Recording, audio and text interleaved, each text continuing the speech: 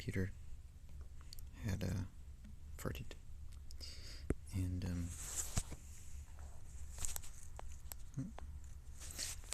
so as it's loading, I'm going to do it here from here on, and then I'm going to go out at some point. So, got invited by Expert Magician to their haunted farm.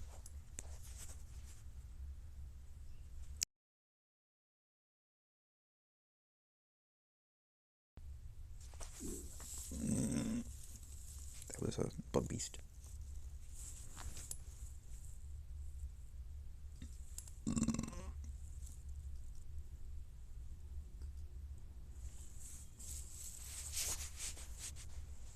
You traverse the haunted farmhouse and are transported inside of a bed in a room where there is a man who is screaming about some evil that is trying to take over his body from another dimension.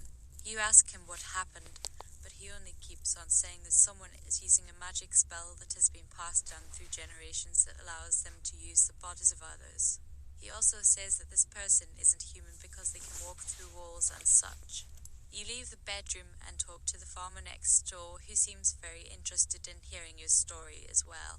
The farmer tells you how 2 people came into the farmhouse today asking for directions to the old house nearby. One was an old woman dressed like she used to be alive.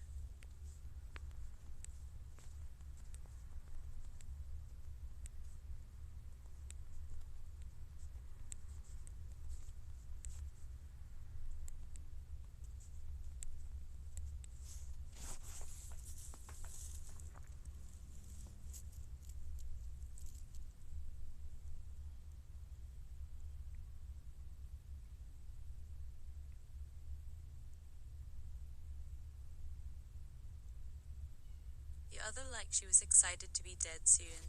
They wanted you to show them the way and then started looking at everything in your house and even going into all of the closets. Then when one of them left, the other went crazy. She ran outside, screaming about being possessed by demons or something and about killing herself right there at the doorway.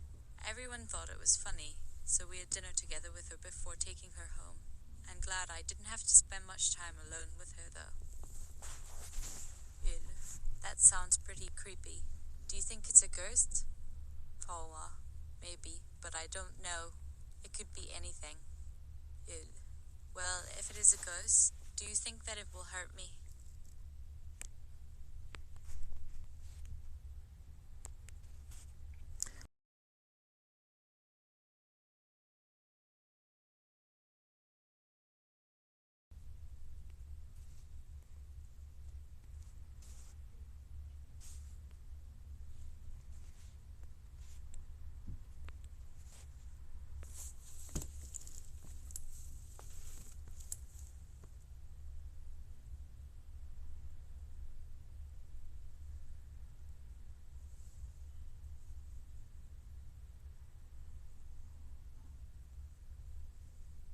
Annas.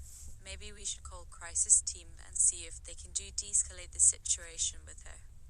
Good idea. But let me talk to her first. We try not to freak her out too badly. The 2 Annas leave through the exit. The farm above. Shut up. We're getting out hot here now. The farmhouse has become very dark because the sun is setting behind some trees and the 2 ghosts are gone. You walk back inside where the farmer asks why you want to go there again today. You tell him that the man said he couldn't come home tonight and wanted to find his dog who got lost in your barn during all of this weird stuff earlier in the day. The farmer says that there wasn't any animal loose in there, but then remembers that there was a cat named Fluffy that used to.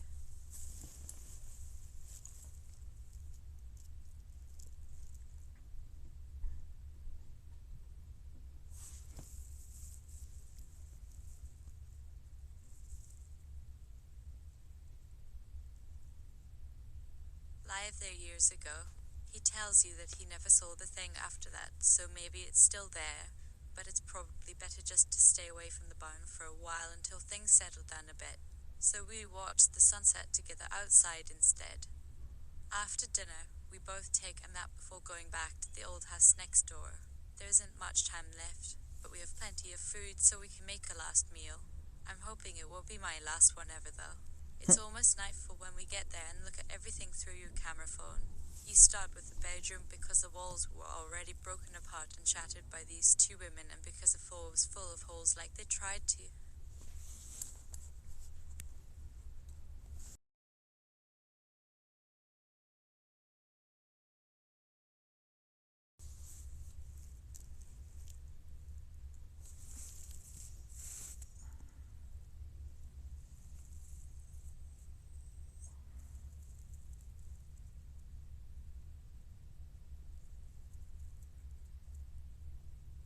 Renovate the whole place themselves and without the appropriate permits.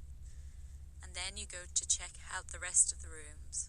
They're pretty normal, except for the fact that there are pictures everywhere of a young woman with a dog on her lap and an old man who looks exactly like you do standing behind them in every picture. The farmhouse is filled with all kinds of trinkets that remind you of this dead couple. Lamps, chairs, paintings, knickknacks, etc. When you leave the room, you find that you've lost track of the time. It's too dark outside to see anything anymore, so we have no idea what time it actually is now. You decide not to waste any more time here tonight and head home as quickly as possible.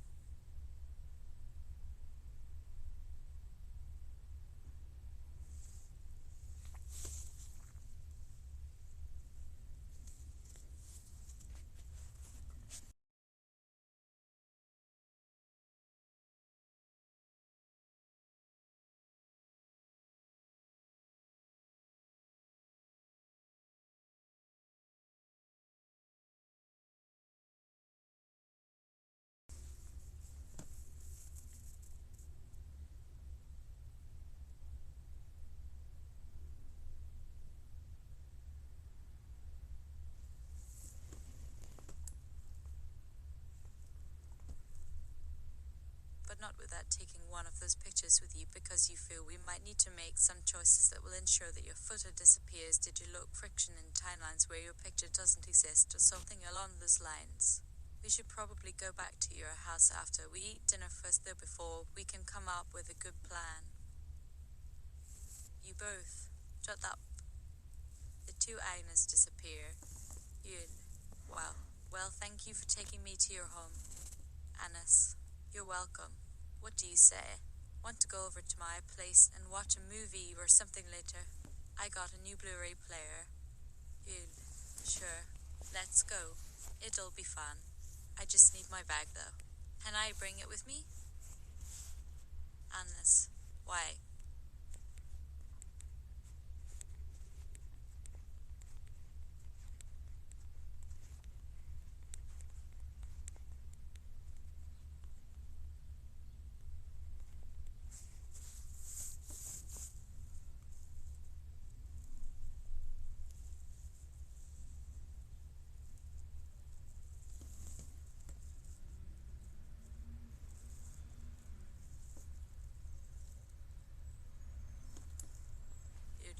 In case we have sex, I want to change in clothes. Annis, no problem. Now come on, let's hurry. I want to get back before dark. Okay, but what about the dog? Are we going to leave her at home again? Annis, well, it's getting late already, so if she doesn't have somewhere else to sleep, then it doesn't matter, does it? Besides, there's always the farmhouse next door that we can use as a shelter until tomorrow morning. You and Agnes are transported inside of a bed. After spending time together, you both decide to take naps before returning to your house.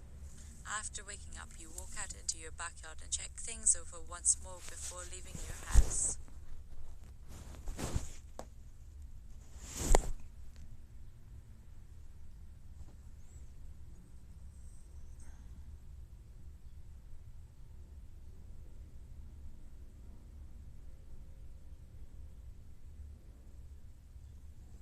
But when you look outside through your camera phone, you see that the sun is completely set and is no longer visible because the sky and everything around you are pitch black. So you decide not to bother checking anything anymore and head towards the old house nearby. You don't want to be stuck here in complete darkness for any amount of time either though, so you stop by your house first just to grab something useful from it, like some water or maybe a flashlight or something. And after grabbing those things, you go back out and continue on toward the haunted farmhouse, where you arrive a little bit later than last time. The farmer who was our host this time gives us directions on how to get back inside of the main bedroom since we haven't been there yet.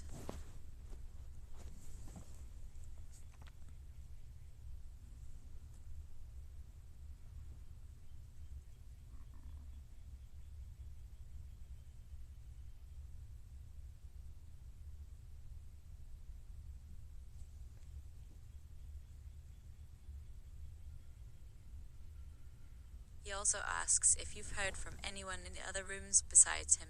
We tell him that we didn't hear much of all except a few noises at night, but nothing else really. The farmer. That's good. I'm glad no one came inside today. Yun. What if someone does come tomorrow? Farmer. Then we'll have to kill them again with these axes we're hiding in case they do show up. You both. Shut up. The two Agnes disappear. Agnes. Okay, let me finish telling you what happened when my friend went into the barn for some reason while she wasn't supposed to be alone anymore.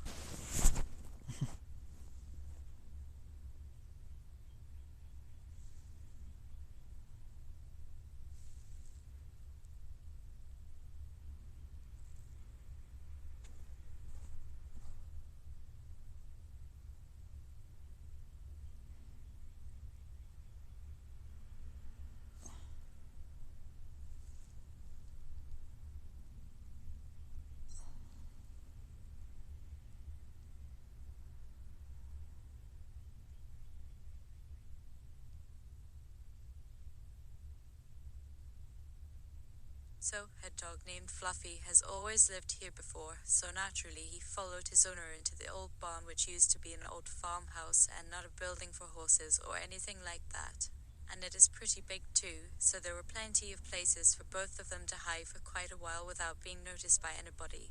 But as soon as the door opened and closed behind them, the dog started barking and jumping around like it had never seen a human before. My friend was scared at first, but then after hearing its cries of joy and happiness over having been reunited with another living creature, she became more comfortable and eventually was able to pet him on top of all of this other stuff that was going through her mind.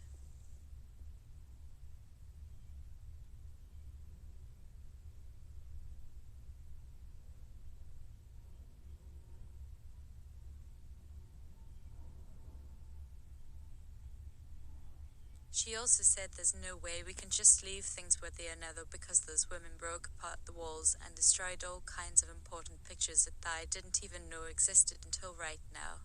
She's worried that they'll find their home again one day when she least expects it if we don't take care of these photos somehow. So my advice would be to have her look for any others that might still be here in your house. We could go back inside together later tonight and do something about them as long as you promise to bring some snacks with us too. Maybe if you come back here tomorrow, the ghosts won't be in such a hurry to attack us again.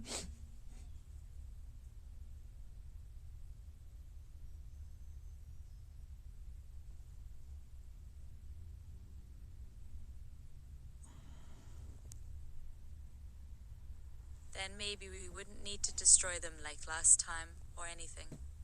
You both, shut up. The two Agnes disappear. Agnes. Well, that wasn't so bad for an afternoon out with me, was it? Yeah. It sure was a lot better than being stuck in the car with them, I'll tell you that much. Agnes. Oh yeah, what happened while you were alone today at the farmhouse after I left for a few hours? They had already broken down most of the wall in the bedroom and ripped through everything on the floor because they didn't know where the dog was hiding.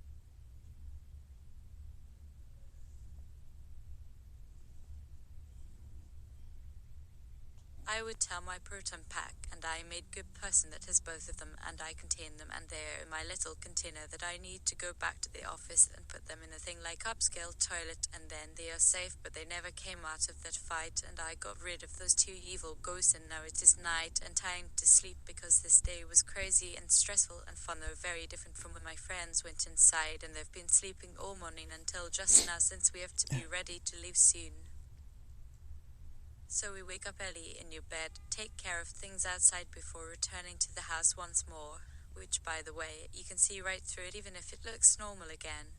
After getting some food, water, and other supplies, you head over to Agnes' place, only to find her father asleep on his couch, so you decide not to bother waking him up for a while.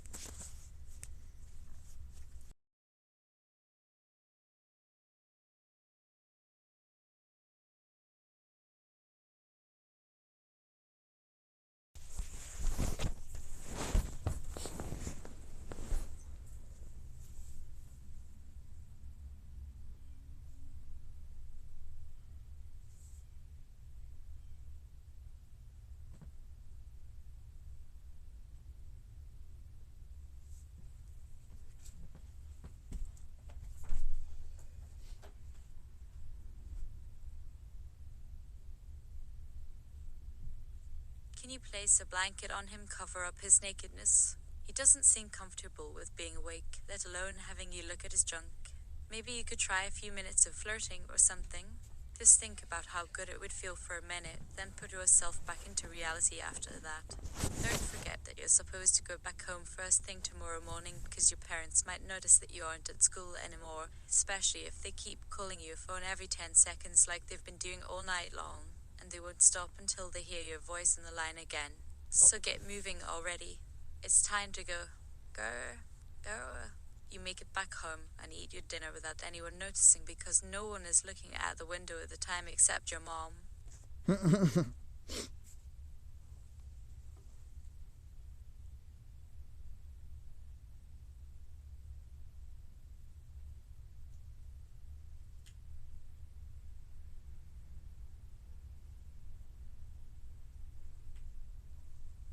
Who happens to be inside the bathroom, and she'll probably be there for quite a while. Then you call her and tell her where you've been all afternoon, even though it is really late and even later now. She seems very confused and asks why you were gone so long, but doesn't say anything else other than goodbye. You both shut up. The two Agnes disappear. Agnes, well, I'm glad you didn't run off somewhere tonight like last time. Now we can have our fun in this house. Good. Sure. Let me just check my email real quick while we're here before bed. I know how much you love those pictures of us having sex, so I want to show them to you again if that's...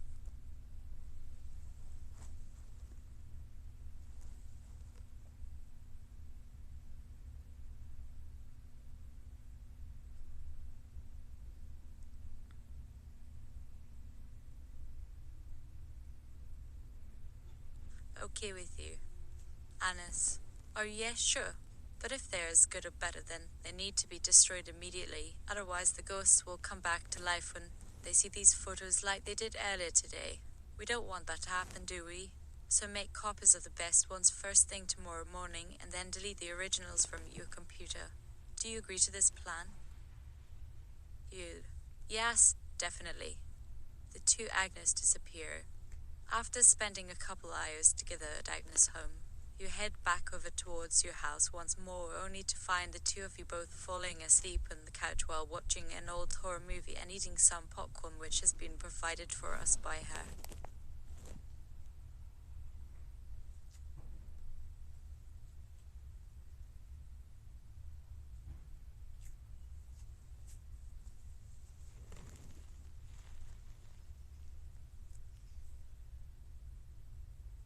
Dad, who is still passed out in his chair next door. It's not long before he wakes up though, but at least now he won't bother you anymore until you leave, since he's obviously too drunk to remember what happened after you left last night anyways. But so it seems. After going inside and grabbing all kinds of stuff including weapons, tools, food, water, supplies, etc., you go outside one final time before making your way into your house once again. you grab everything that's in your backpack and get ready to travel. And just like last time, you can feel something behind you even though you can't see anything because there isn't anybody or anything around except for me, so I'm right here with you no matter where you are or how far.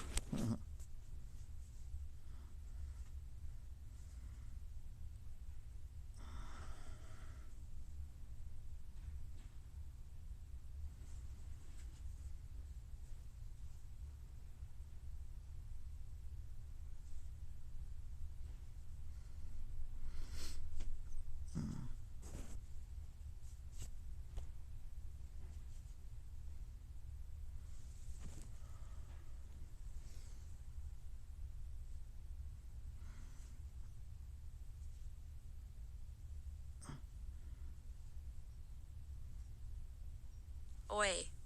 So off we go.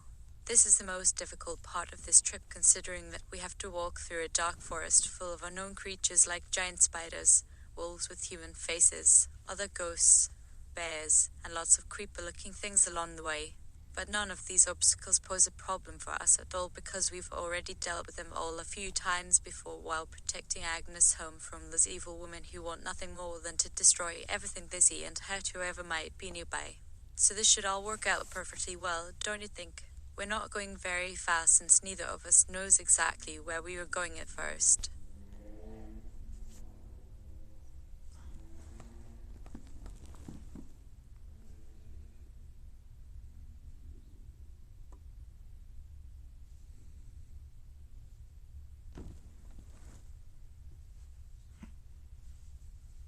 In fact, it feels like we're taking a step forward every second or two only to realize that we were actually going backwards all along, which means we could potentially get lost in an instant if something doesn't happen soon.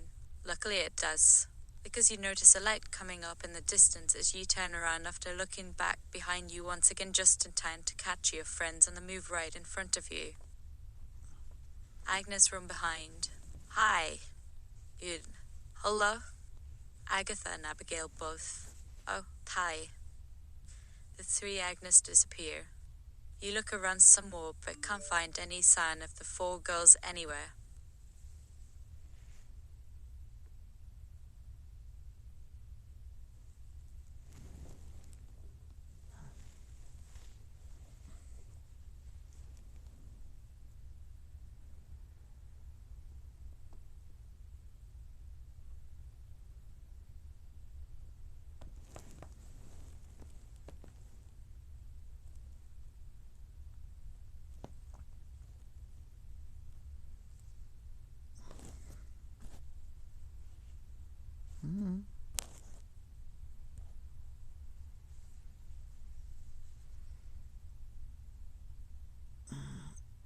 Sorry, I'm dealing with a little skin thing.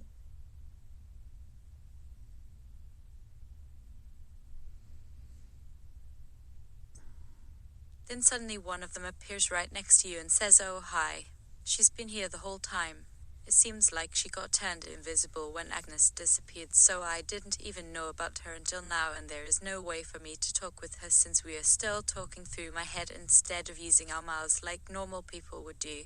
So let's just leave things as they are and go over everything we did together today and what we're supposed to do tomorrow. But first, how many pictures are we going to destroy? You ask.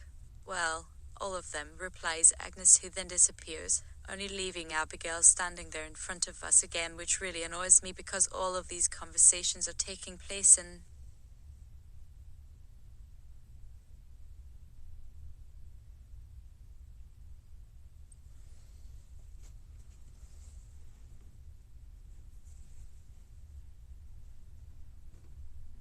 my head, not between our faces directly in front of each other. And why am I going backwards again? This sucks. Anyway, Abigail, don't worry. The ghosts will never be able to find out where your house is located or anything else important. They'll see this conversation though, won't they? Abigail, nope, that's impossible. We're too far away from you for that. Okay, good point. So you both walk towards a small forest at the edge of the city after agreeing on the plan once again. While walking through the dark woods, something happens to your right foot, so you stop for a second and notice the redness is gone now and it doesn't hurt anymore.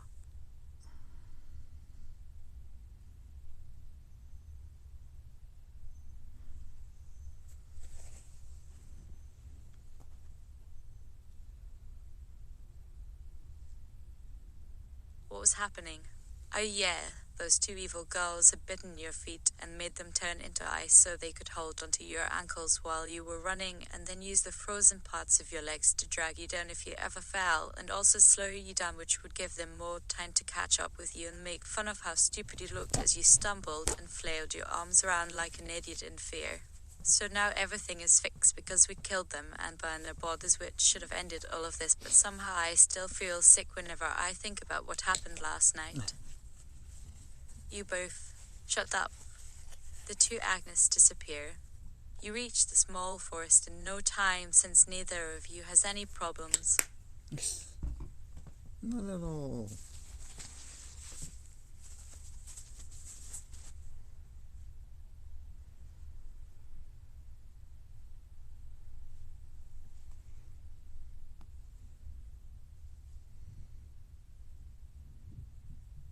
Moving along quickly at this point, you walk over to the clearing where there are only 4 trees that appear out of nowhere right next to each other, just sitting here waiting for us to cut them down. There isn't anything else here though, except for a couple dead animals and plants that I guess died from lack of water or something. It's not long before you hear footsteps coming closer and closer behind you, so you start looking for somewhere else to hide until it feels safe enough to stand back up again. But instead, a single woman appears right on top of you without saying a word, so you both duck down and then sneak off through the woods while hoping she won't follow you anymore, because she'll definitely ruin everything if we keep seeing her everywhere we go like this. Single woman.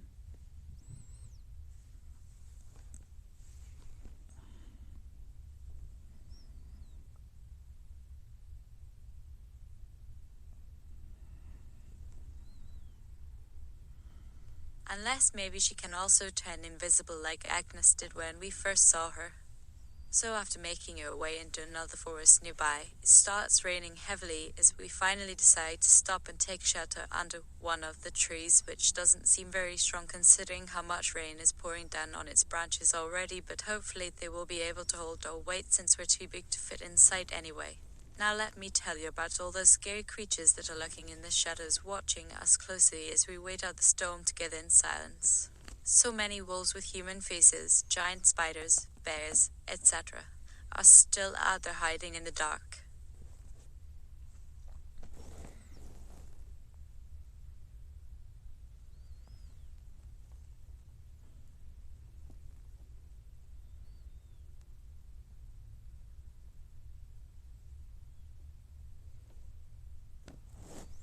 The worst thing about them though are the ghosts, which have now multiplied since you killed them earlier today. They are probably waiting for us right outside the tree trunk where we hid, you think. But just as soon as you make this realization, Abigail appears from out of nowhere once again right next to you while shaking her head at your stupidity and laughing loudly right before vanishing again right afterwards without saying a single word or anything else other than goodbye. Agnes from behind. Hi. Dude. Holla. Agatha and Abigail both. Oh, hi. The 3 Agnes disappear. Oh crap, yells someone else who's not Agnes and comes rushing towards you all carrying a big wooden stick over.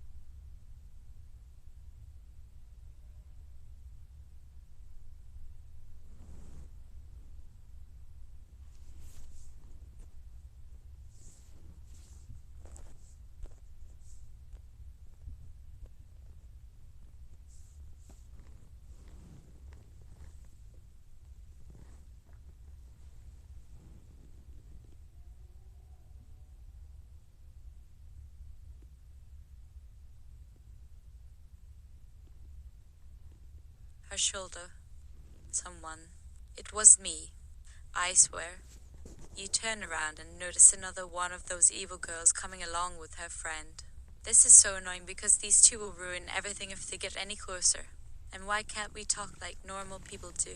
That would be much easier, but instead it looks like we have to wait until one of them gets close enough for us to see their faces in order to have a conversation with them directly in front of us. What happened to being able to just talk with our voices without seeing each other in person first anymore?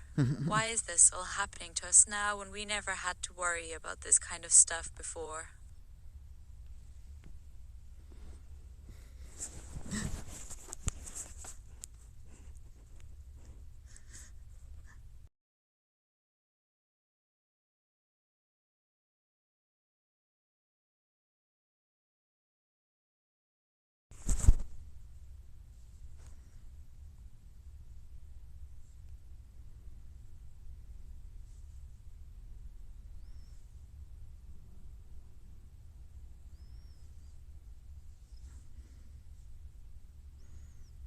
When is Kenilo fighting? Where is good old-fashioned cruising when you need him? A woman in black suddenly appears right on top of you before you have time to react or even move out of the way, so she hits you across your face as hard as possible with her fist. You try to hold back her blows while trying to catch your breath at the same time since you were knocked off balance by its sudden impact. But before you know what's going on next, you're looking down from above and noticing how you've already been taken care of and killed, which makes you wonder why I didn't hear anything happen at all. The last thing you remember thinking was what's taking her so long. Then something came flying towards me and hit my head really hard, and everything went blank after that.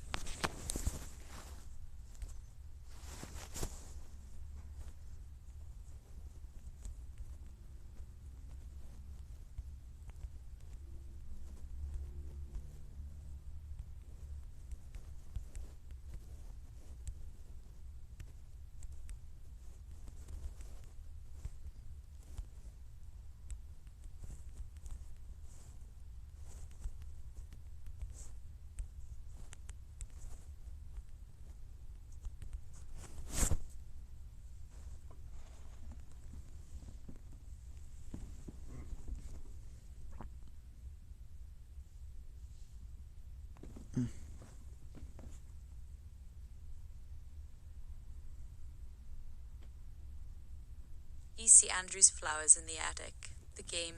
Press start to play.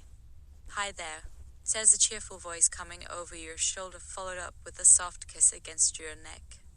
You look around, but can't see who it is until someone else appears just beside you again like before and whispers into your ear. Someone from behind. It wasn't me either. Don't blame anyone other than yourself for this whole stupid mess. A girl in white appears right on top of you once more, only to disappear as soon as she touches you this time. So she must be invisible like Agnes was earlier too, since we couldn't talk directly with any of them while they were standing right next to us, except when one of them appeared out of nowhere to suddenly attack you or try and drag you off to kill you as well.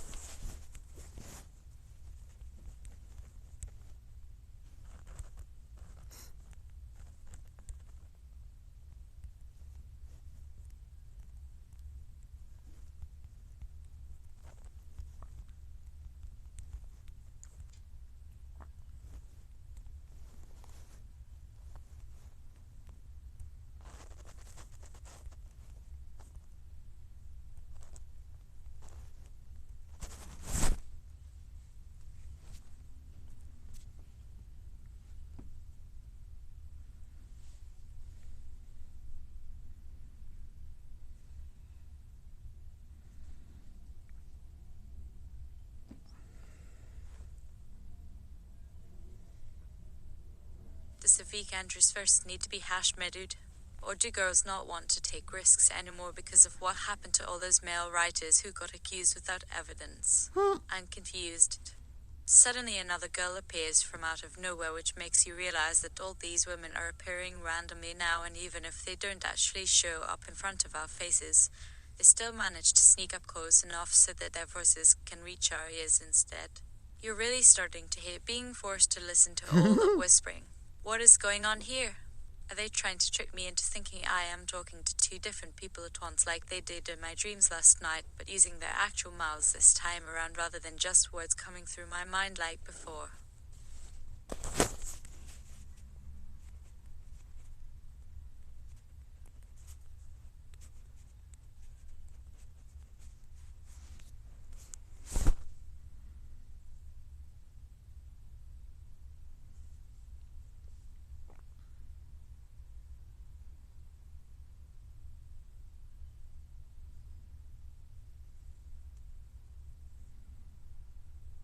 Asthma is violence, and asthma is sex. In fact, it's a whole lot more. The human brain has been wired this way since ancient times. When you look closely, everything starts making sense. Your friends aren't ghosts after all, but evil creatures pretending to be your dead family members in order to manipulate you into doing things with them while also manipulating you to forget what happened whenever something goes wrong. It wasn't them when we saw them earlier today because they were actually the ones attacking us then and only appearing right when you turned invisible again later on, which gave you the opportunity to come up with all these stupid questions about why they would do such an awful thing while leaving behind no trace of what had actually happened to you.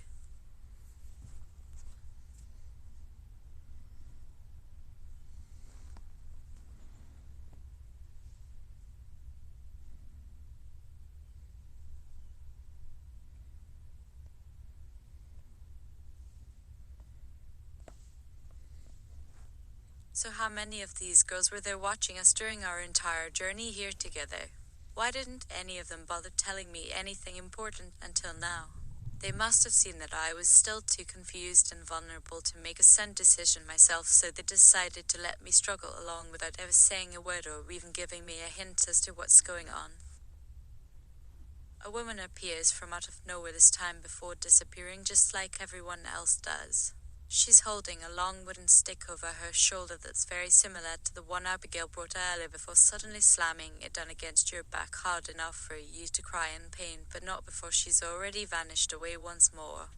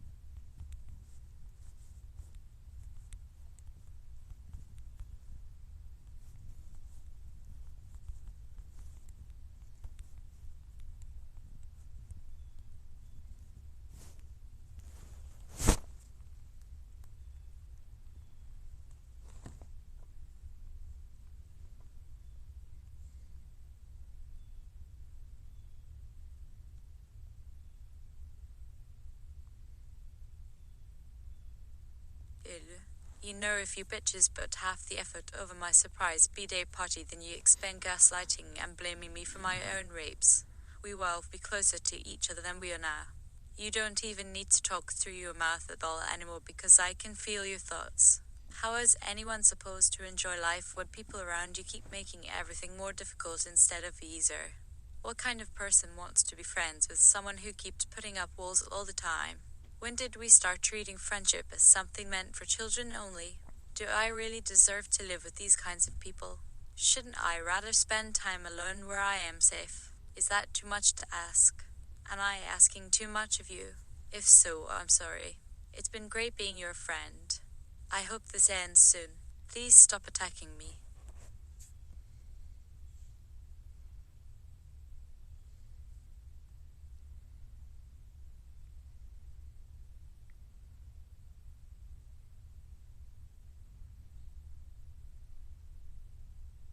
And please tell me what's happening right now. Don't leave me in suspense like this forever. Suddenly a girl appears from out of nowhere and attacks you again from behind before vanishing just like before.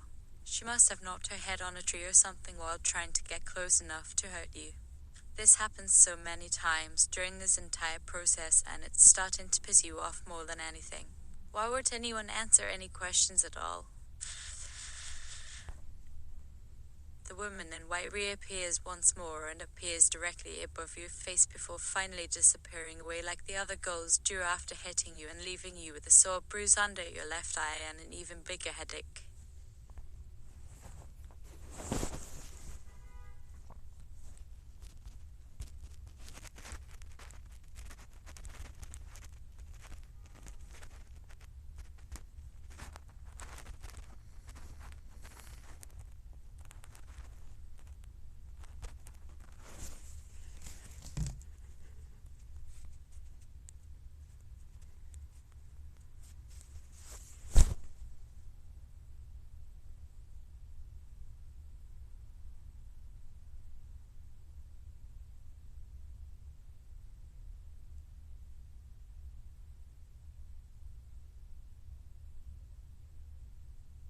You resolve to beat the shit out of the next person who approaches you, no matter who she is or what their intentions are at the time, because I don't care anymore.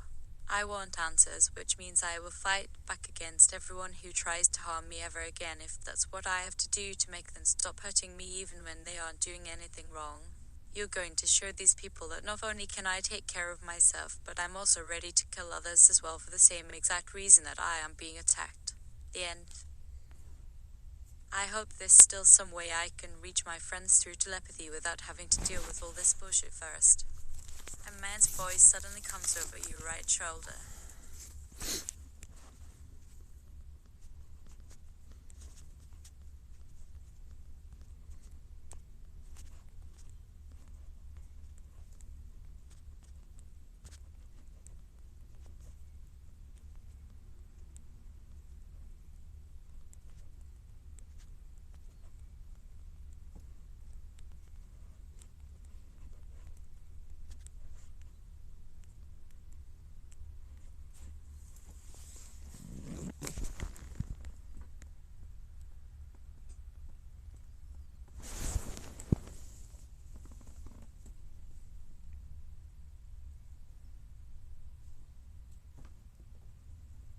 Turn around and take your clawed fist into his eye, screaming no.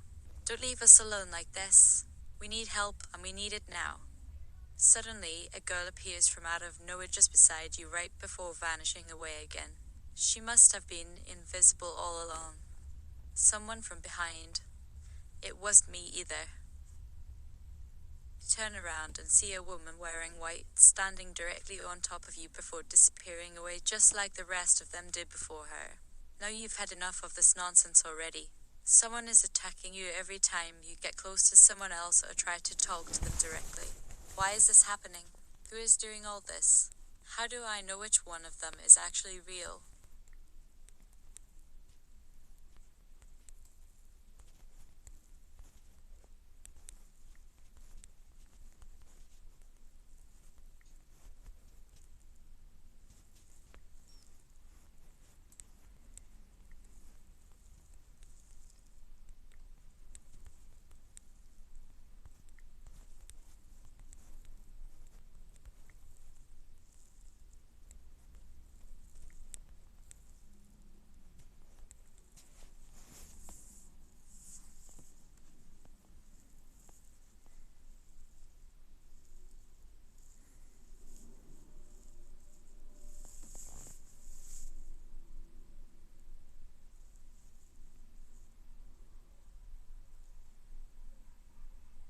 The girl appears again and you grab her. She starts to scream as you bash her face into the curb. You hear bones breaking while blood gushes everywhere. You're so angry right now that you don't care about any consequences anymore. You're going to show these women that they won't be able to trick or bully anyone ever again after what happens next. This is not funny at all. No? These are evil people trying to ruin my life over nothing but because I can't control how I react when they attack me without warning in person. So why should I let them treat me like some kind of victim instead of an actual human being with free will who decides for himself if he wants to accept such treatment from others? That's exactly what makes a man strong, isn't it? A weakling is never allowed to have his own opinion. Am I correct?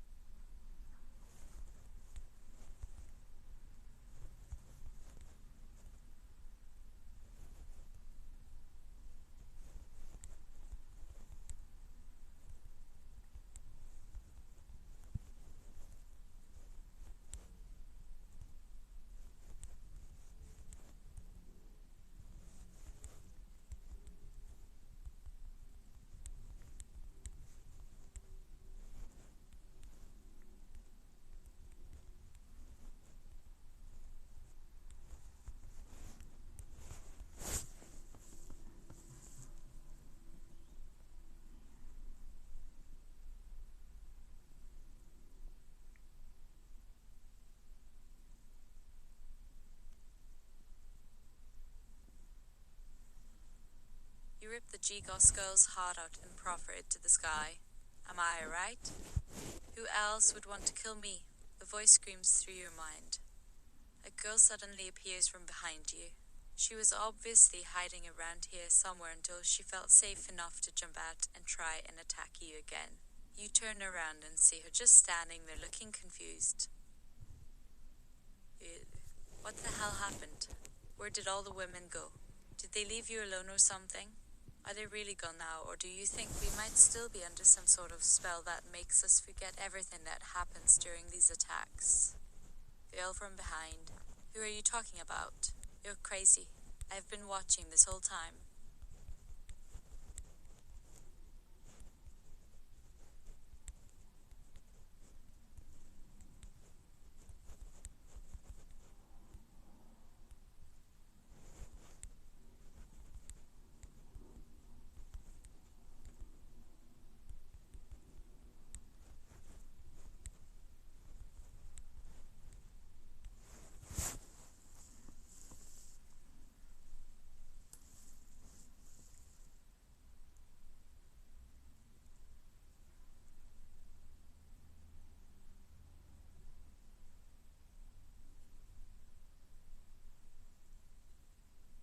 You grab her by the hair and press her nose onto the bloody, collapsed ghost girl face. Then you shove both hands down into the remains of the dead body and start ripping flesh off while screaming, "Who are you?" at her in rage. Someone else shouts, "No. Don't A hurt little them. late. They didn't know. We need help. Please stop attacking me." The girl looks away for a moment and then back up at you. "I'm sorry, but you can't trust anyone right now." The girl says as she disappears once more. A girl suddenly appears in front of your face from out of nowhere, but she vanishes before she has the chance to hit you with whatever was sheared over her shoulder earlier too. Another girl suddenly appears from behind, grabs your arms from out of nowhere again and starts to beat on your chest.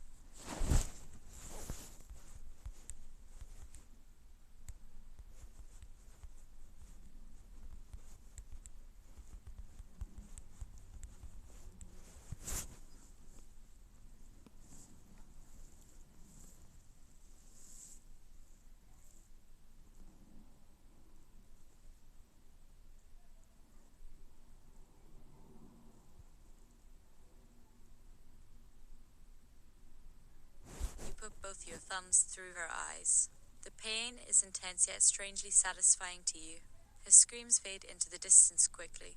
You keep walking forward until another woman who's wearing white appears from out of nowhere behind her, just like all the other girls did so far, and hits her head against the concrete sidewalk hard enough to cause her to collapse into unconsciousness. She falls limp into your legs, which causes you to fall down onto your knees in a matter of seconds after that.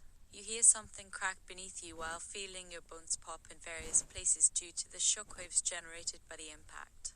It takes some time for everything to return to normal again, even though there's no physical pain involved at all, because what happened here actually hurts inside.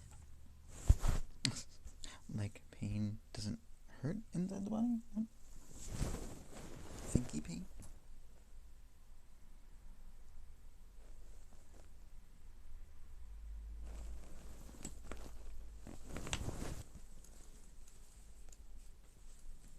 Why would these women want to hurt me when I've done nothing wrong at all? Do they hate me, or am I just being paranoid right now, since it really does look like everyone is trying to kill me for reasons unknown right now? Is it possible someone could have attacked my friends without their knowledge somehow? The girl wakes up and gets back up on her feet again before vanishing away once more as she tries to attack you one last time. You grab her by the throat and throw her body forcefully over your shoulder so hard it slams her head against the concrete sidewalk again. She starts to cry and beg you not to do this, but you ignore her cries and start hitting her with your fists again until she stops moving altogether.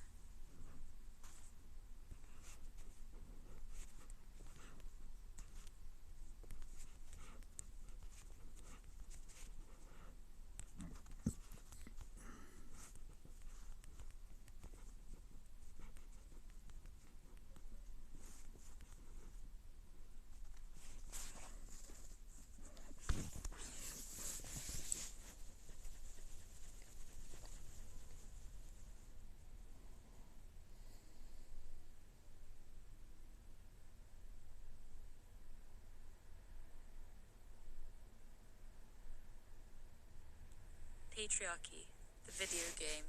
Press start to play. You suddenly appear in an empty white room where everything appears completely different from what you remembered. There are two men in dark blue suits sitting across a table in front of each other staring at a giant TV screen displaying a video game in progress which has been paused at a certain point in time. One of them is obviously older than the other, judging by his grey hair and beard, while he's also wearing glasses that make him look extremely intellectual. His skin is pale, almost ghostly looking, even though he looks a little overweight in general. He seems very serious about whatever's going on here, although you can't help feeling like he might be trying to play some kind of joke on you, since the situation doesn't seem to warrant any seriousness whatsoever to you right now.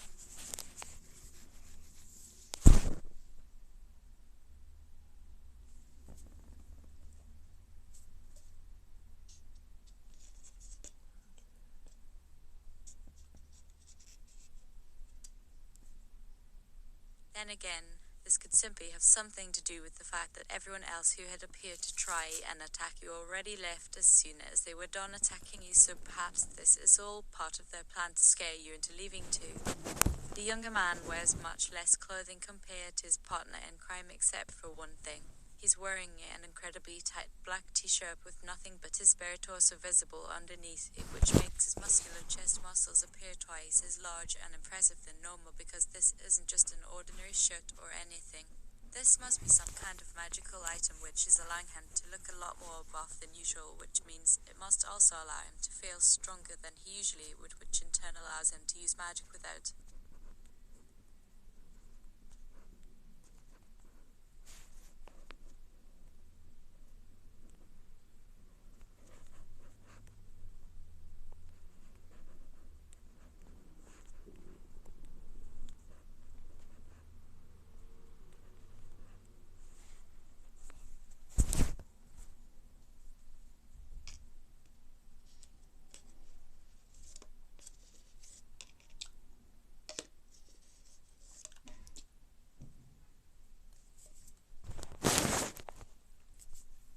Mesh +5, you ask. He responds by smiling at you from across the table. What the hell are you talking about? The older man asks curiously while tilting his head slightly towards the TV screen showing the video game paused. You don't look like you're friends anymore. Who exactly are you? I've never seen you before in my life. How did you end up here right now if you haven't been here for very long at all? What do you want with me? Are you going to attack me again after everything that happened so far, now that I'm aware of what's really happening around here and why you're all trying to kill me like this for no apparent reason?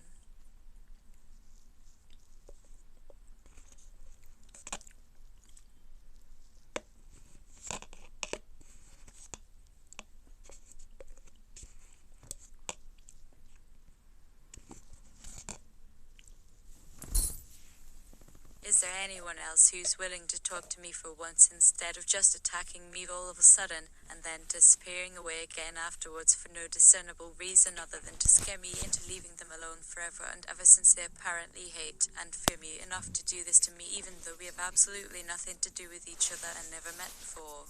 Was everyone gone now, and how can it be possible that these women somehow knew where you were when you couldn't see or hear any of their movements beforehand, which means someone must have followed us here from somewhere outside our town in order to watch over you guys without you noticing it, because the whole thing has already become completely outlandish to me.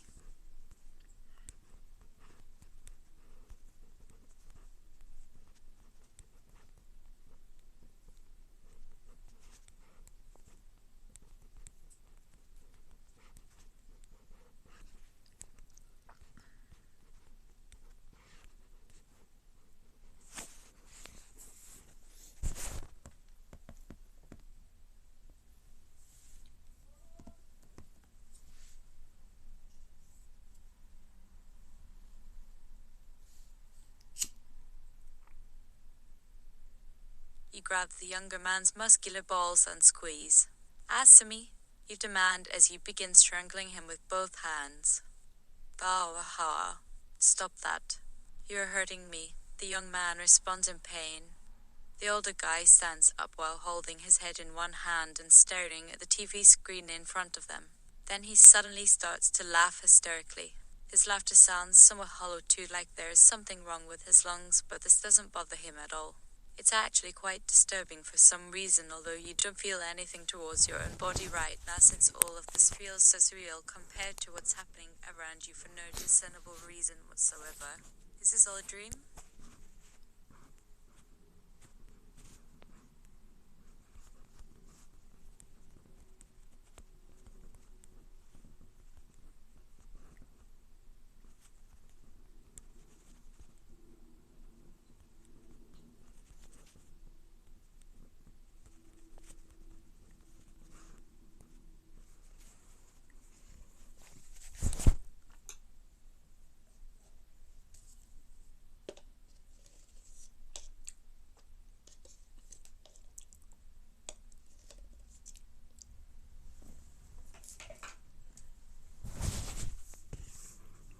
Starring Ian McShane of Deadwood as old Mr. Whitey, I presume?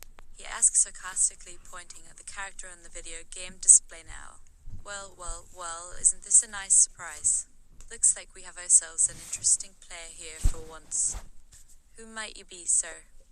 Who are you talking about? You demand in shock and confusion as the younger man begins to struggle again beneath you. I'm sorry, did someone ask you a question? Or am I not supposed to speak here and just listen only and take notes? Just trying to get the hang of the rules of our little group therapy session before things start, that's all. The older man replies, still laughing hysterically, while he looks over towards the other woman sitting in front of them and asks her something in hushed whispers.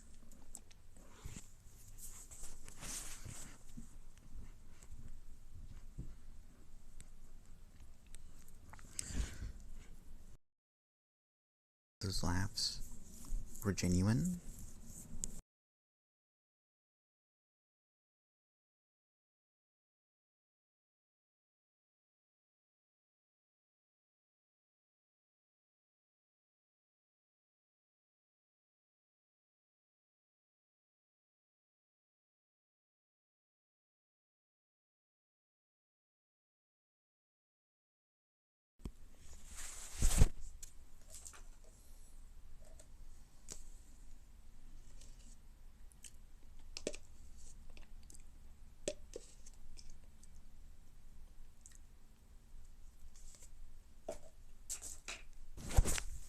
The first few milliseconds of those laughs, where can you find? We can even be genuine, but I don't know where the AF is overlapping from. The second when they become real, tears start. He continues muttering into his palm, which has been covering his eyes.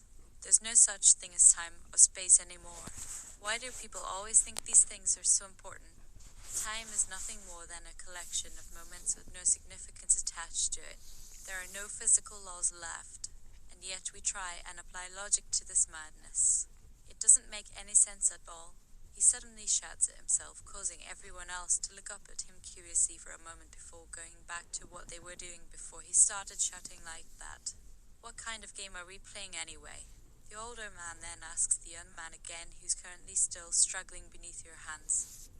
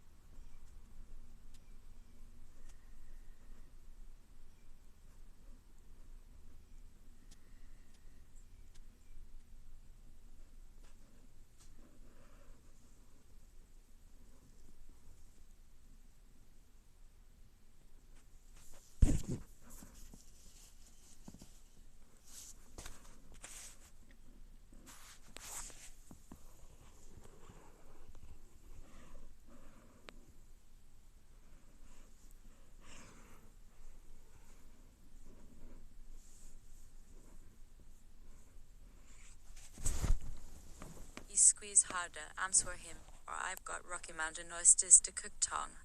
You want some? They're good too. The younger man laughs nervously while looking away from you.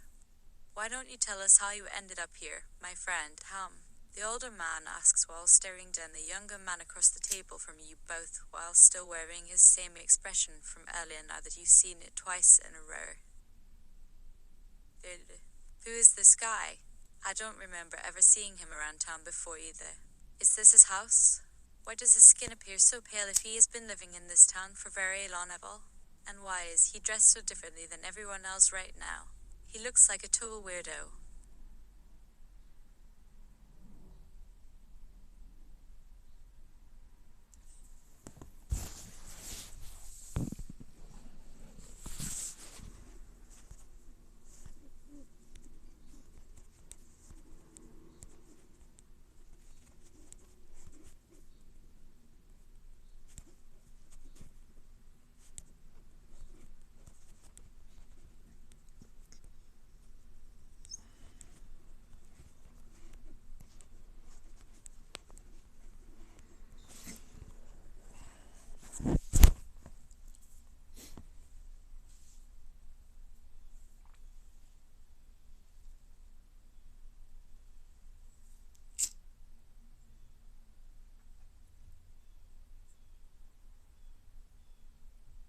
And his balls keep slipping from my grasp. What gives?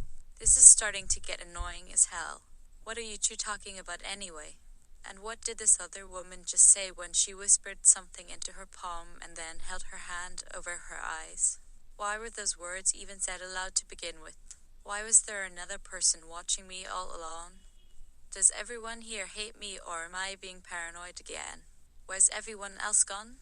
How can these women know where we are unless someone's following us from outside the town, because I have never been here before in my life and they've also never seen me or met me before. There must be some kind of conspiracy against us going on here, since I've noticed everything happening around me doesn't make any sense whatsoever for no reason at all.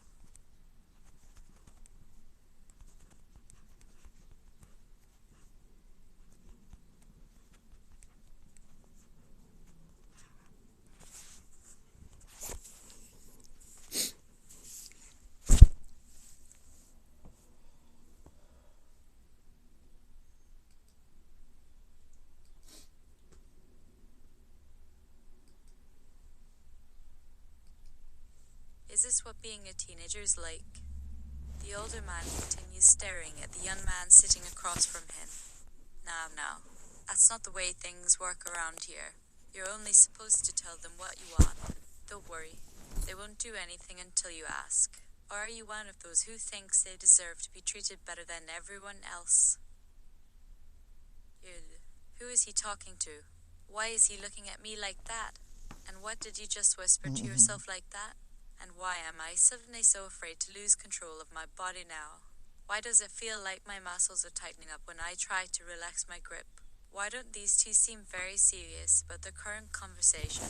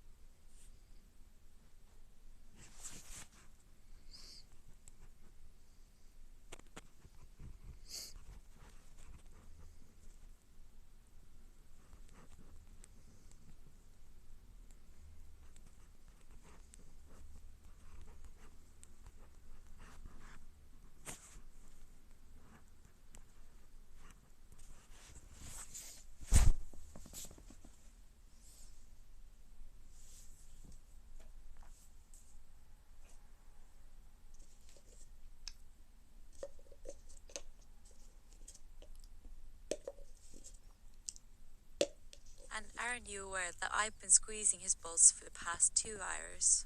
What exactly is going on right now? Why is this woman making strange hand movements towards her palm again?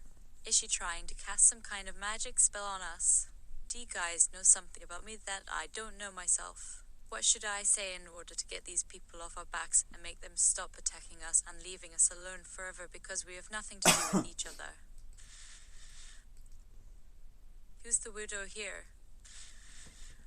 Well, have you figured out how to answer my question yet? The older man asks curiously while still staring at him. I'm waiting, he says as if he's genuinely interested in whatever happens next.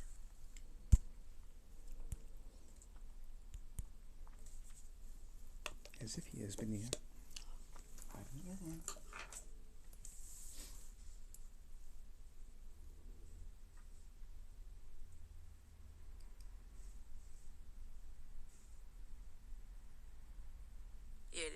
No, but am willing to talk.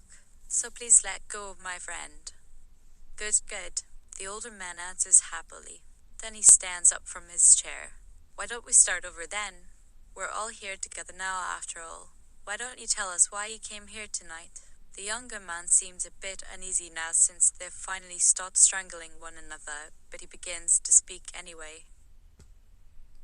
Amen. You see, I was watching your video game earlier today when I had someone calling me, so I turned around and saw that there were 2 people walking towards me wearing black robes like yours.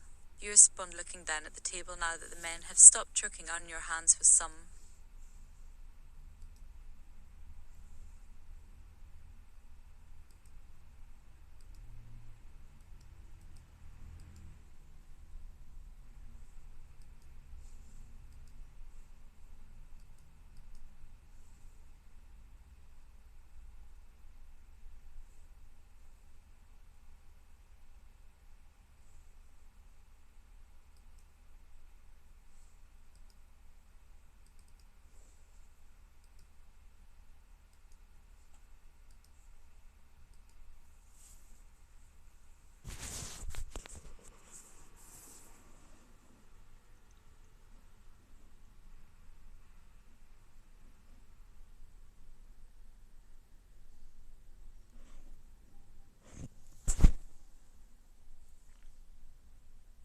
Reason or the other. The woman who had been whispering into her palm and covering her eyes with both of them speaks in a soft voice towards the TV screen without even turning to look at it herself, while the older guy continues speaking with the young man sitting across from him. They walked past me and started attacking that boy right behind the counter in the back room. I tried to help him, but the next thing I knew he disappeared with them. And then those women attacked us as well and ran off just as fast as they could as soon as we showed up here, the older man says while shaking his head slowly in confusion as he looks at the younger man before continuing to speak once more.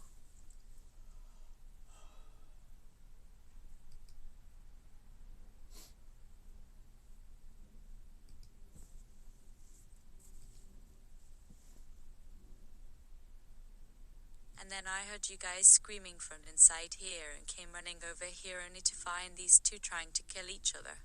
I'm afraid we're not quite sure what's going on here, but hopefully you can tell us where this boy went.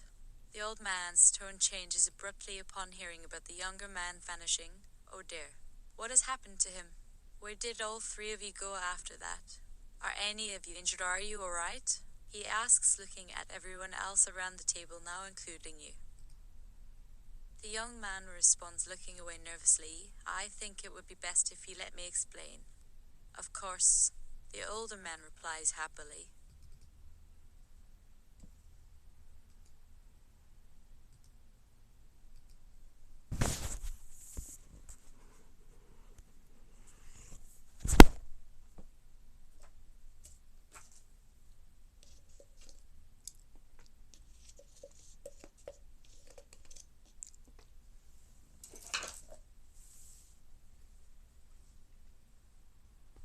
Then he sits back down again across from the young man, who seems slightly relieved. So, what is your name first of all? The older man begins. We haven't been introduced yet. And why do I feel like I know you already from somewhere? The young man hesitantly answers while still staring off into space. My name is Alex. You respond quickly, thinking back to something your father told you years ago when he was drunk and confessed how he'd wanted to make love with a girl named Alexandra whom he met while working in a factory outside of town one day in his youth, but she had rejected him before they even got close enough to have sex, so he just ended up fucking her instead, which turned out to not end well for either of them, but... Wait, what?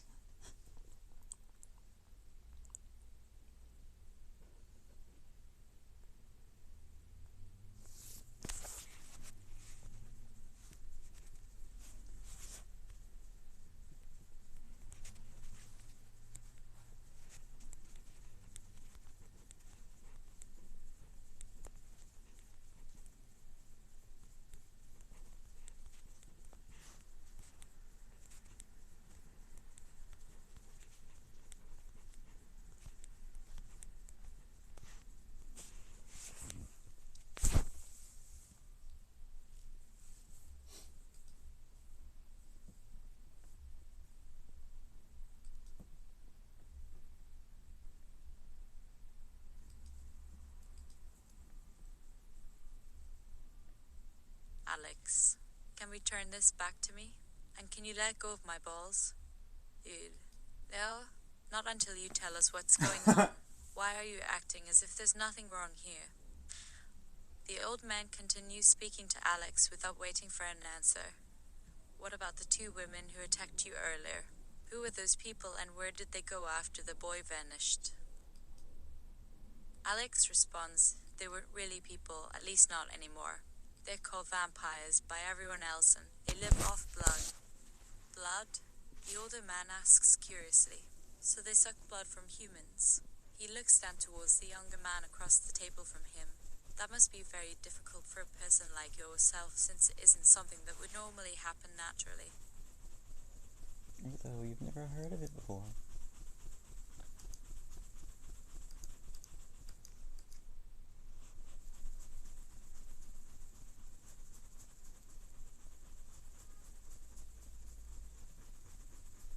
You see, the older man says while looking back up at him, you aren't a vampire.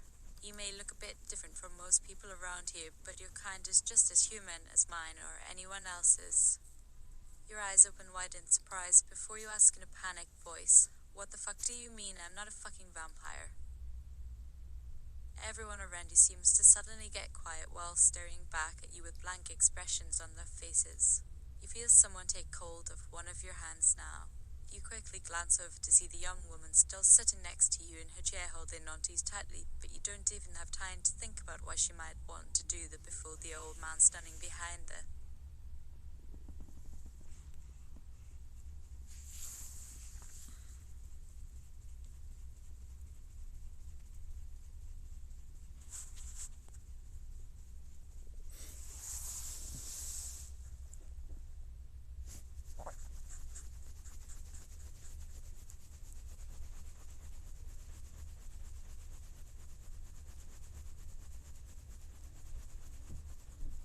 Younger guy speaks to you again. You are not a vampire because you've been blessed by God. God? You respond surprised by what he said. Why did that name come up all of a sudden? It makes no sense whatsoever for any reason or another. And if that is true, then how am I able to understand and speak this language without being bitten by a vampire or drinking someone's blood? How can my body be functioning perfectly normally right now after having gone through everything it has just went through? What is going on here? The older man continues speaking to you while looking down at his lap. That's right, you weren't born into our world like us or anyone else around here.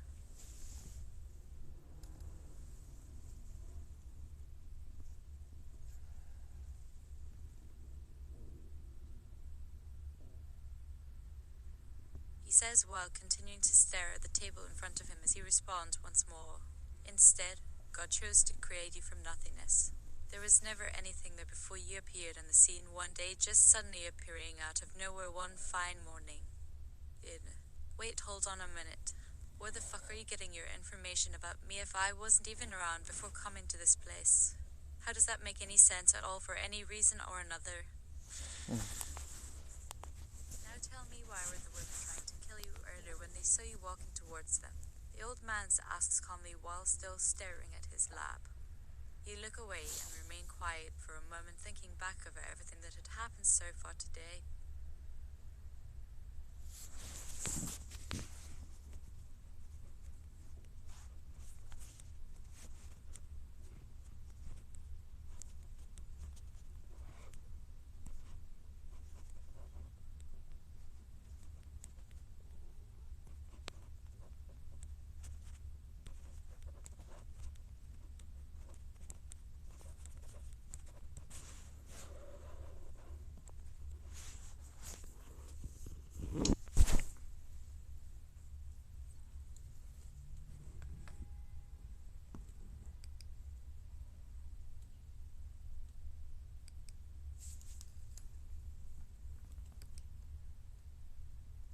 Seeing nope, I'm done here. Kick VC Andrews in the balls and go to bed. I think it's time we all went home now. You respond quickly, looking up at everyone in the room who seems somewhat confused by what you've said. The woman sitting next to you across from Alex reaches her hand into the bag she's been holding onto and pulls something out of it which begins floating up above it with a strange blue glow surrounding it, as well as two small holes on either side of it. She then raises both of them in front of your eyes as the young man looks on in curiosity but remains silent. After only a few seconds of watching you stare at the object before realizing you're actually looking right into one of the girl's nostrils, it suddenly vanishes as if someone flipped the switch on it.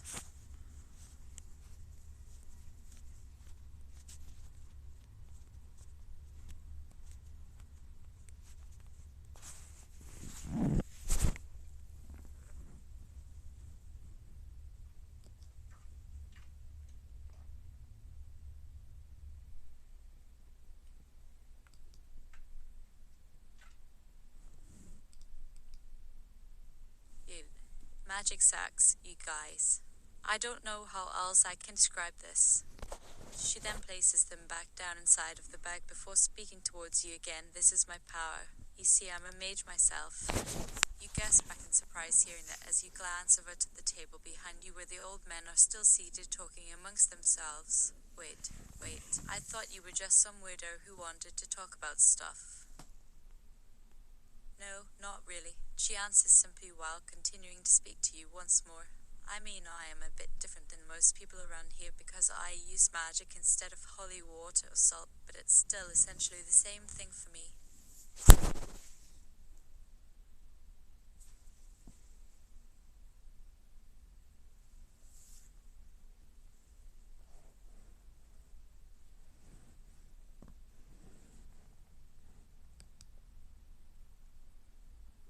You look up at her while she continues to hold onto her nose with both hands. It's hard though, since there's always a lot going on around us all day long and even after we go to bed.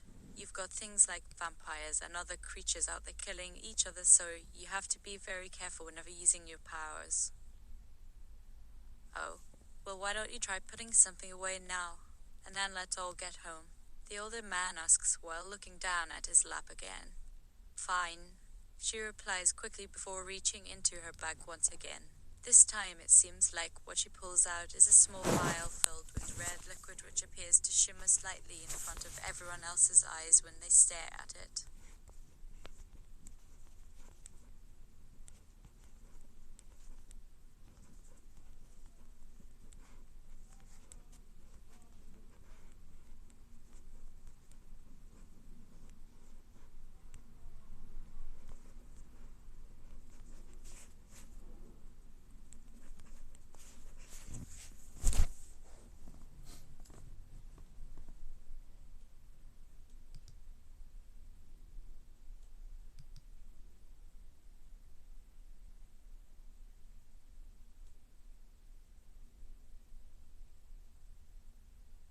You grab the bottle and drink the whole thing. Bye, bitches, you say. Everyone in the room looks back at you in surprise as well as concern, but the young woman just shakes her head before speaking once more. The problem is that the world isn't made for us mages, but I suppose we're doing the best we can with what we know. She says while continuing to hold onto the end of her nose this time, but without any sort of nostril plug in place anymore. It's been over 2 years since I came here myself from my home country, but I've never met anyone like you who actually understands me even though you were born into our world. She then turns towards Alex, and now he doesn't understand either. I think we should go home.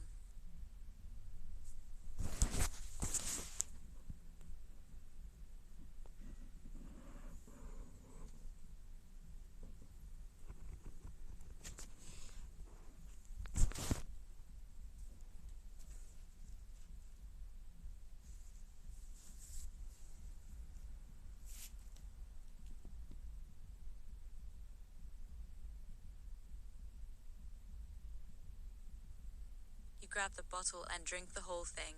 "Aye, bitches," you say, but that only makes the woman next to you laugh in amusement, as if she had been expecting that response from you all along. Then she begins speaking once more. "Do you remember how I told you earlier about the boy disappearing right behind the counter?" Yeah, I was watching him die just as I thought I'd find someone who could help me find my father. I'm sure you know this already, but he left us here for some reason or another, but is yet to come back for us. He also killed me today by turning me into a vampire after I tried to fight him off, which kinda sucks because I actually wanted to become one too. The young man across from Alex continues speaking while staring straight ahead without making eye contact with anyone present.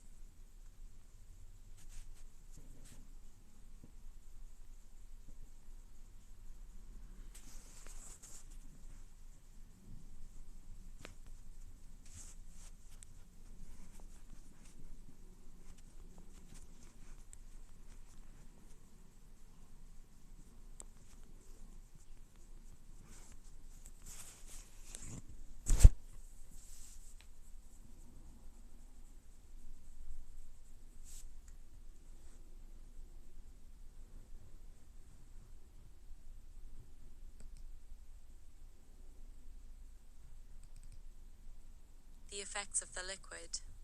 Your head begins feeling heavy, as if someone was sitting on top of your neck with their weight pressing down upon your skull. It feels like an oversized rocket being placed inside of your brain, causing everything around you to seem really far off in the distance, making your vision blurry, although it isn't completely blacked out since your eyelids remain open, allowing you to see the worlds around you even though you can't focus on anything too well or move around easily for that matter. After only a few seconds, you feel yourself start falling forward from your chair and towards the ground until you land face first onto the floor, where you're laying there motionless, unable to even blink back tears or close your mouth due to having no control over your body.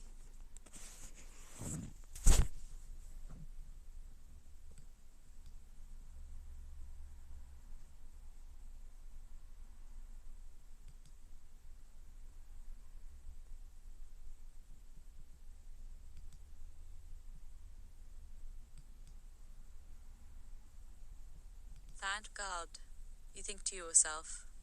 A couple moments later, all sound suddenly ceases, and you begin hearing people moving about again, but still cannot turn your head, much less look up at anyone who's now standing above you. Everything becomes very quiet except for strange hissing noise coming from somewhere else in the room, which causes you to try turning your head in different directions without being able to see clearly at all through the blurred vision in front of you. Alex, you hear someone speak in an oddly calm tone of voice before finally seeing their lips move in front of your face again. "Is he alright?" The young woman asks while looking down at you with her head tilted slightly to one side as she remains crouched down right next to you.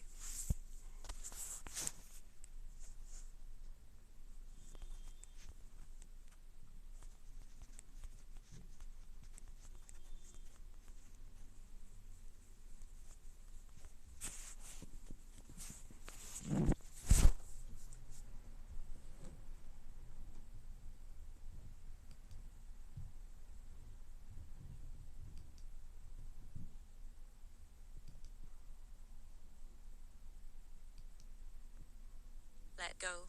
Head towards the light. It away. You then feel hands lifting yours off of the floor, holding them out in front of you just inches above the ground, as if someone wanted you to reach out towards something. Your eyes begin to slowly become clearer, and after only a few seconds you manage to take a look around the area. Though not entirely sure what is going on anymore, you're still unable to do anything more than blink a few times since everything has been so fuzzy and blurry lately.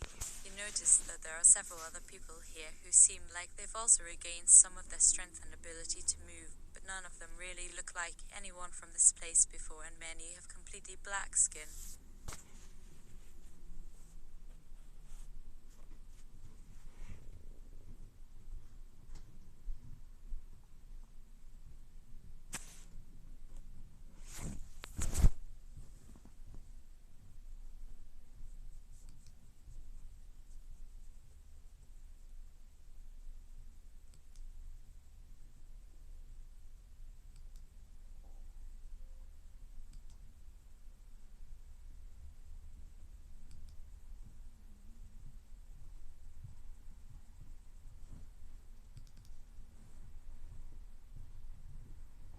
You glance up towards the ceiling where it appears dark grey and looks similar to how it looked before, but different somehow as well. But for now it's too difficult for you to figure out exactly what's changed or even why things have suddenly turned back to normal again when you didn't expect any of them to ever return to their original state. The man speaking to Alex says it seems he's alright now. Oh good. The young woman responds while standing up straight again. He'll be fine in time for him to leave with us soon enough anyway. You hear another voice speak up in response. No, he won't, because we need to take care of that vampire first.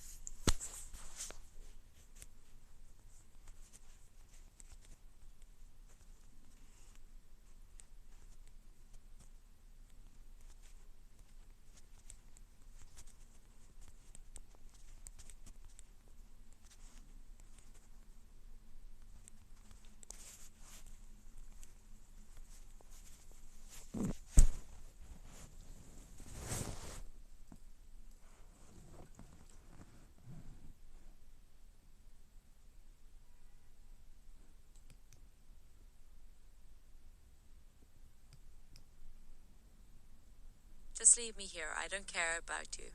Leave me alone, you say. That's not possible anymore. Not after all that happened today. We must dispose of this creature quickly so that nothing like that will happen again. And I mean quick. What do you want from me? You yell in frustration. All I did was try to protect myself and my friend. Why should that matter so much to you? We're not here for you. You see, we don't give a fuck what happens to you. You can stay if you like, but as long as those other people are still around, there's no way that they'll allow you to go home like this and lie the rest of your life free as you please. You'll never be able to return to where you came from.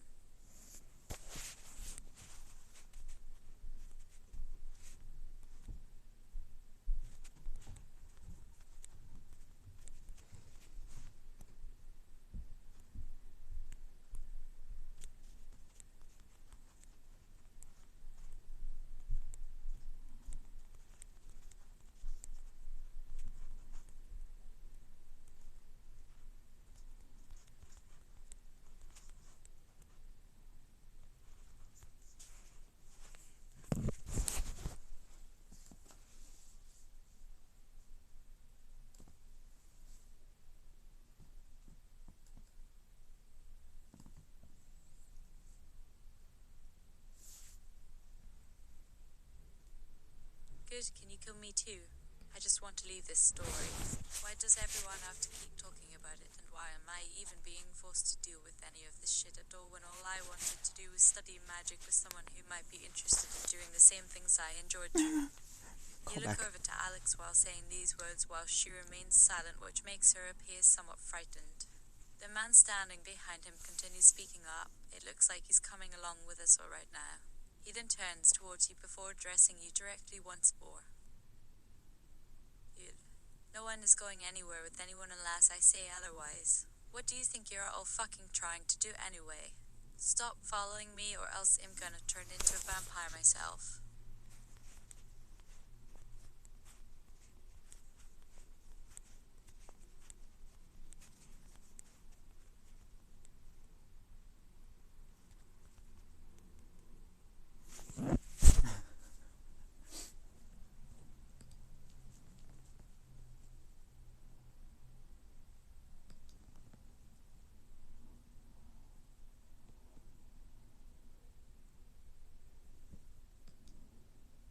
instead you leap off the cladded down body of yours, causing everything around you to begin moving again as if some kind of spell had been cast on you, allowing you to finally stand back up straight, but unable to move much beyond that. Your vision clears completely after a few seconds, as if your eyes were suddenly reopened, as well as hearing sounds become clearer as the other people continue walking around and talking amongst themselves. You see that the room isn't quite as dark as it was only moments ago either, as there are several windows located in different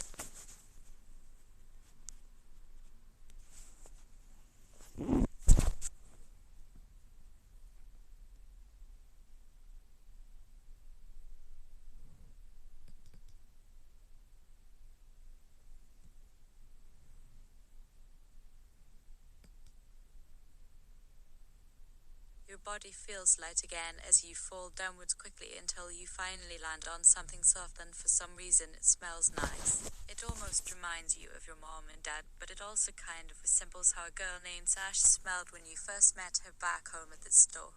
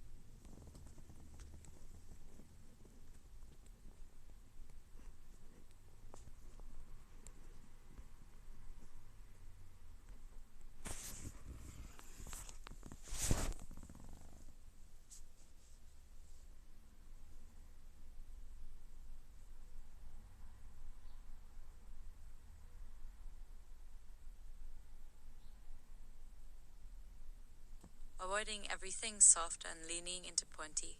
Get away, get away, get away. Get rid of him. A voice suddenly shouts from somewhere nearby you, but you don't know how to respond back to it as everything begins becoming dark again, but for some reason it feels much different this time, since it doesn't cause you to feel sleepy anymore, but rather awake and alert, at least for the moment, until it slowly becomes pitch black, as if someone had flipped a switch, turning out the lights around you as well as the ones in the room. You continue seeing flashes of light appearing randomly here and there, but still cannot see anything clearly except the area right in front of you, where it's slightly brighter than the rest of the world.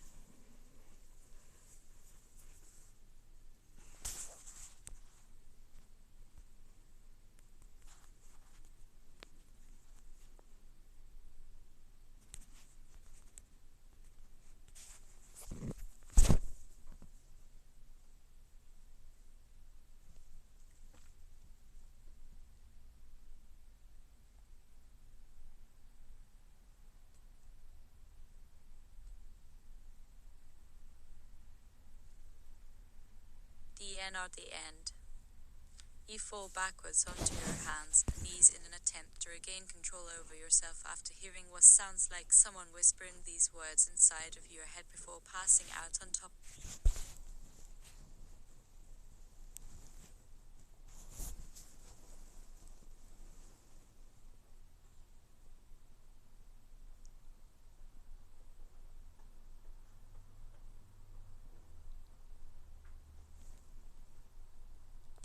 The end. You hear a strange sound similar to someone choking, followed by someone gagging before being able to breathe properly once more. Everything starts coming into focus after only a few seconds, while feeling yourself begin moving downwards. Then a very familiar sensation strikes your face, causing you to blink rapidly in surprise before opening your eyes to find yourself standing on top of what appears to be an empty parking lot at night with no one else around. I thought I would have been home by now, you say aloud before looking over to Alex, who is staring back at you silently from her spot just outside of the car that was parked next to yours. We need to get going. You add quickly as you open the door and hop inside. It smells like pine trees and something sweet.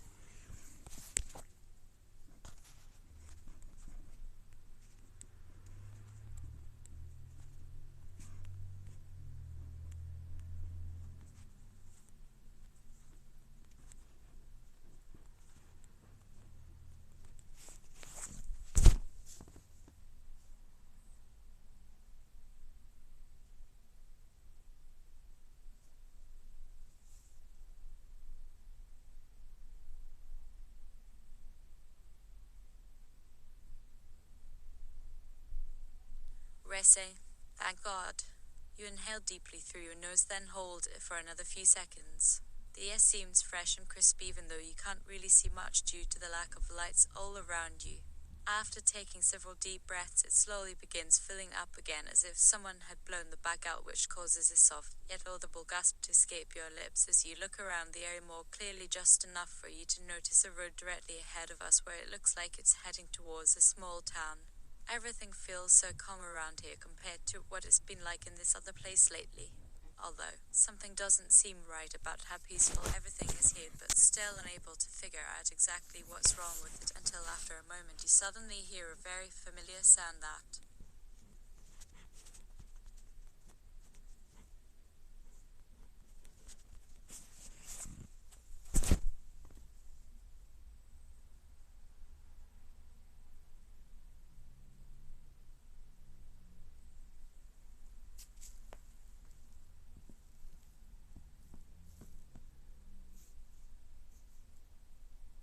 let the racing course through you. Makes your whole body shiver in disgust before immediately feeling nauseous once more, making you lean back into your seat while clutching onto something within the center console for support. You manage to say before laying back down and closing your eyes tightly as tears begin forming at the corners of them, since you're no longer able to control your emotions anymore, or anything else for that matter. You feel yourself floating above the ground and slowly drifting off from the world surrounding you. You don't know where you are going and cannot see any of the surroundings just yet, although you can feel like there are some trees nearby and they seem rather dark and foreboding, which gives you an idea of where you might be, but then you start wondering if maybe these aren't.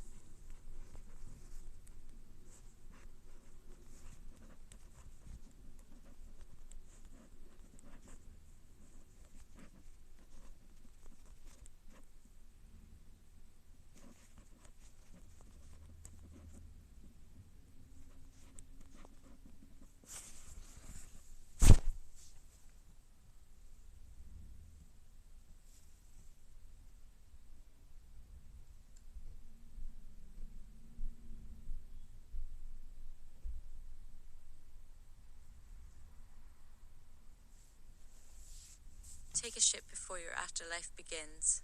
I don't want to sit on my bum all day long in the middle of nowhere eating food which makes me fart everywhere. Just kidding, but really do not have a toilet anywhere near here. You think to yourself before continuing onward. A few minutes pass by in silence before a new sound suddenly strikes your ears, causing your heart to beat rapidly in surprise, followed closely by a faint thumping sound in your head accompanied by a wave of nausea, making it hard for you to keep walking straight forward. The darkness around you has become so much more noticeable as well as thick than when you first started out following Alex's car. At this point, even though you've been awake for quite some time now, you still haven't managed to regain any of your strength as you continue pushing forward with whatever little energy that.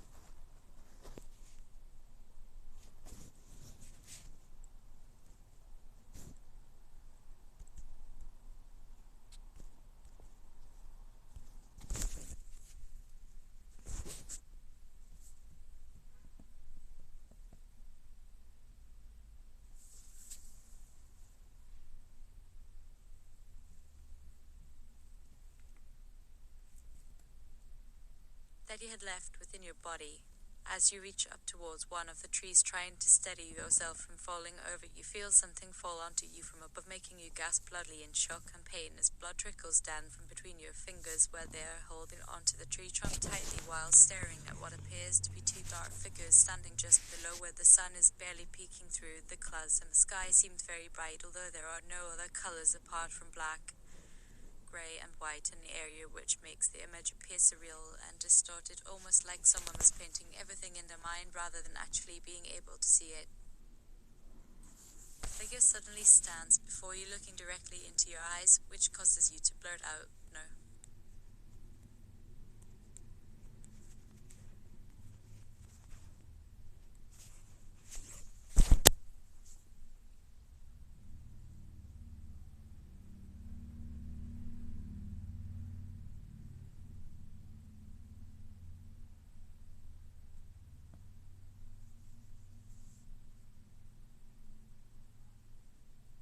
Moral of the story: it doesn't matter if a person dies young or old, but instead only matters on how you lived. Everyone deserves a chance to live life without worrying about getting killed by some asshole who has nothing better to do with his time than murder innocent people, whether he gets away with it or not. Although it does happen every day, so unfortunately a lot of good souls will die before ever having the opportunity to really live. And then those bastards who did such terrible things have all the money and power that they want, yet somehow find ways to get off scot-free. Meanwhile, we'll be stuck living our lives in fear of them coming back for revenge and eventually taking over this world once again, making sure they never have any problems with anyone else other than themselves, since they can just sit.